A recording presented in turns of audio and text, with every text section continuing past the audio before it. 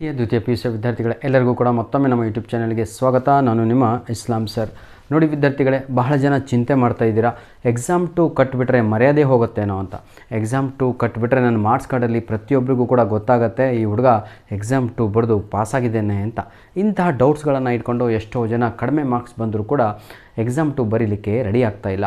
ಹಾಗಾಗಿ ಈ ಒಂದು ವಿಡಿಯೋವನ್ನು ಮಾಡ್ತಾ ಇದ್ದೇನೆ, ಯಾಕಂದರೆ ಪ್ರತಿಯೊಬ್ಬರು ಕೂಡ ಬಹಳ ಡೌಟ್ಸ್ಗಳನ್ನು ಕಮೆಂಟ್ ಮುಖಾಂತರ ಕೇಳ್ತಾ ಇದ್ದೀರಾ.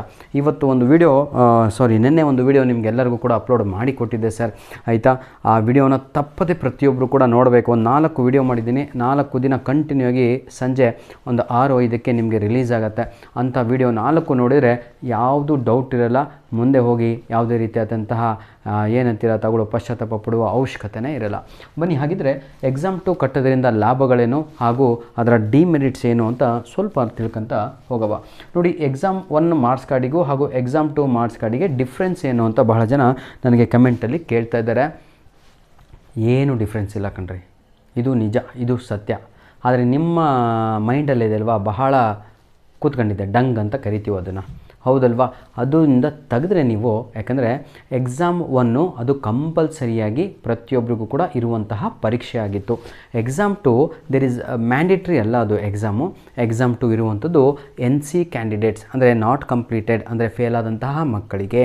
ಹಾಗೂ ಇಂಪ್ರೂವ್ಮೆಂಟ್ ಯಾವುದಪ್ಪ, ಇಂಗ್ಲೀಷ್ 50 ಬಂದಿತ್ತು, ಆದರೆ ನಿಮ್ಮ ಕೆಪಾಸಿಟಿ ನಿಮಗೆ ಗೊತ್ತು, ಐ ಕ್ಯಾನ್ ಸ್ಕೋರ್ 70+ ಅಂತ, I can get 80 out of 80 because of my health issues or because I did not get a time to study, ಅದಾಗಿರ್ಬೋದು, ಏನೋ ಸ್ವಲ್ಪ ಪ್ರಾಬ್ಲಮ್ ಇರ್ಬೋದು ಮನೆಯಲ್ಲಿ.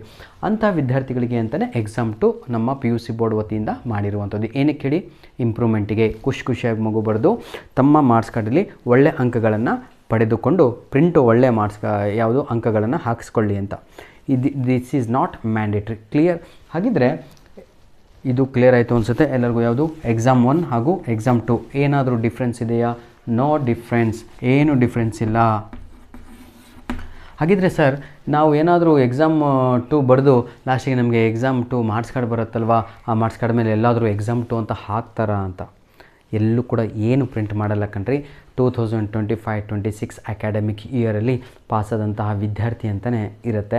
There is no difference between exam 1 and exam 2 marks card. ಯಾಕಂದರೆ last year ನಮ್ಮ ಮಕ್ಕಳು ಅಂದರೆ ಆಯಿತಾ, ನಮ್ಮ ಸ್ಟೂಡೆಂಟ್ಸ್ಗಳು ಕಟ್ಟಿದಾಗ ಆ ಮಾರ್ಕ್ಸ್ ಕಾರ್ಡನ್ನು ನಾವು ತೆಗೆದುಕೊಂಡು ನೋಡಿದಾಗ there is no difference. Clear all of you, ಆಯಿತಾ. ಇದೇ ಮುಂದಿನ ತಿಂಗಳು 25ನೇ ತಾರೀಕು 4/2026 ಅಂದರೆ ಏಪ್ರಿಲ್ 25 ಕನ್ನಡ ಎಕ್ಸಾಮ್ ಆಗಿರುತ್ತೆ. ಅಲ್ಲಿಂದ ನಿಮ್ಗೆ ಏನಾಗುತ್ತೆ ಅಂದರೆ ಪರೀಕ್ಷೆಗಳು ಪ್ರಾರಂಭ ಆಗುತ್ತೆ. ಟೋಟಲ್ ಒಂದು 15 ಡೇಸ್ ನಡೆಯುತ್ತೆ ಎಕ್ಸಾಮು, ಅಂದರೆ 12 ಡೇಸ್ ನಡೆಯುತ್ತೆ. ಈ ಒಂದು ಎಕ್ಸಾಮಿಗಾಗಿ ದಯವಿಟ್ಟು ಪ್ರಿಪ್ರೇಷನನ್ನು ಮಾಡ್ಕೊಳ್ಳಿ. ಇದು ಒಳ್ಳೆಯ ಅವಕಾಶ ನಮ್ಮ ಆರ್ಟ್ಸ್ ವಿದ್ಯಾರ್ಥಿಗಳಿಗೆ, ಇದು ಒಳ್ಳೆಯ ಸುವರ್ಣ ಅವಕಾಶ ನಮ್ಮ ಕಾಮರ್ಸ್ ವಿದ್ಯಾರ್ಥಿಗಳಿಗೆ. ಯಾಕಂದರೆ ಸ್ವಲ್ಪ ನಮ್ಮ ಸೈನ್ಸ್ ವಿದ್ಯಾರ್ಥಿಗಳಿಗೆ ಎಲ್ಲೋ ಕಷ್ಟ ಆಗ್ಬೋದು, ಯಾಕಂದರೆ ಅವರಿಗೆಲ್ಲರಿಗೂ ಕೂಡ ನೀಟು, ಇವೆಲ್ಲ ಪರೀಕ್ಷೆಗಳು, CET ಎಕ್ಸಾಮ್ಸು ಇವೆಲ್ಲ ಕೂಡ ಇದ್ದಾವೆ.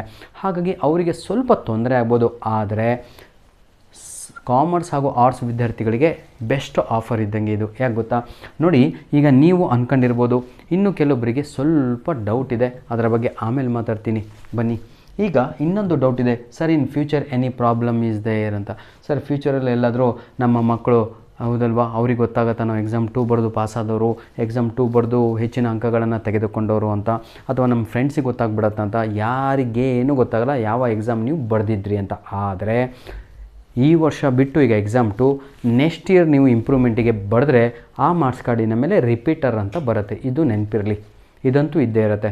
ಹೇಳಿ, ಈ ವರ್ಷ ನೀವು ಎಕ್ಸಾಮ್ 2 ಬರೀಲಿಕ್ಕೆ ಆಗಲ್ಲಪ್ಪ, ಆದರೆ ಮುಂದಿನ ವರ್ಷ ಸ್ವಲ್ಪ ಯೋಚನೆ ಮಾಡ್ತೀರಾ, ಅಟ್ಲೀಸ್ಟ್ ನಾನು ಏನಾದರೂ ಮಾಡಿ ಸ್ವಲ್ಪ ಮಾರ್ಕ್ಸ್ ಇಂಪ್ರೂವ್ಮೆಂಟ್ ಮಾಡ್ಕೊಳ್ಳೋಣ. ಯಾಕಂದರೆ ಎಲ್ಲೂ ಕೂಡ ನನಗೆ CET ಬರೆದ್ರೂ ಕೂಡ ಸೀಟ್ ಸಿಗ್ತಾಯಿಲ್ಲ, ಯಾಕಂದರೆ ಪರ್ಸೆಂಟೇಜ್ ಭಾಳ ಕಡಿಮೆ ಇದೆ.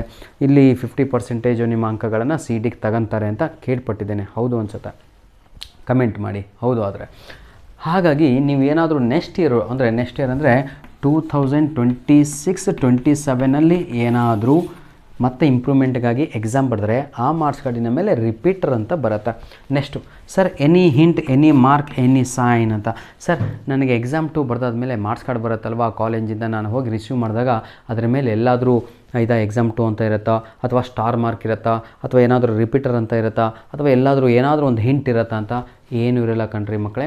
Exam 1 exam 2 marks card same ಆಗಿರುತ್ತೆ. ಖುಷಿಯಾಗಿ ಯಾರೆಲ್ಲ ಫ್ರೀ ಇದ್ದೀರೋ, ಯಾರೆಲ್ಲ CET ಎಕ್ಸಾಮ್ ಬರೀತಾ ಇಲ್ವೋ, ಯಾಕಂದರೆ ನನಗೆ ಗೊತ್ತಿರೋ ಹಾಗೆ 85% ಆಫ್ ದ ಸ್ಟೂಡೆಂಟ್ಸ್ ಅಂದರೆ PUCಯ ವಿದ್ಯಾರ್ಥಿಗಳು, ಅಂದರೆ PUC ಸ್ಪೆಷಲ್ಲಾಗಿ ಸೈನ್ಸ್ ಓದಿದಂಥ ವಿದ್ಯಾರ್ಥಿಗಳು, ಅವ್ರ ಅಪ್ಪ ಅಮ್ಮನ ಕನಸು ಎಲ್ಲದೂ ಕೂಡ ಡಾಕ್ಟರ್, ಇಂಜಿನಿಯರ್ ಮಾಡಬೇಕು ಅಂತ ಸೈನ್ಸ್ ಸೇರಿಸಿದ್ರು. ಆದರೆ ಈಗ ನೀವೇನು ಮಾಡ್ತಾಯಿದ್ದೀರಾ ಅಂದರೆ 85% of the children they are moving towards only graduation ಅಂದರೆ ಡಿಗ್ರಿ ಕೋರ್ಸ್ಗಳು ಅಂತ.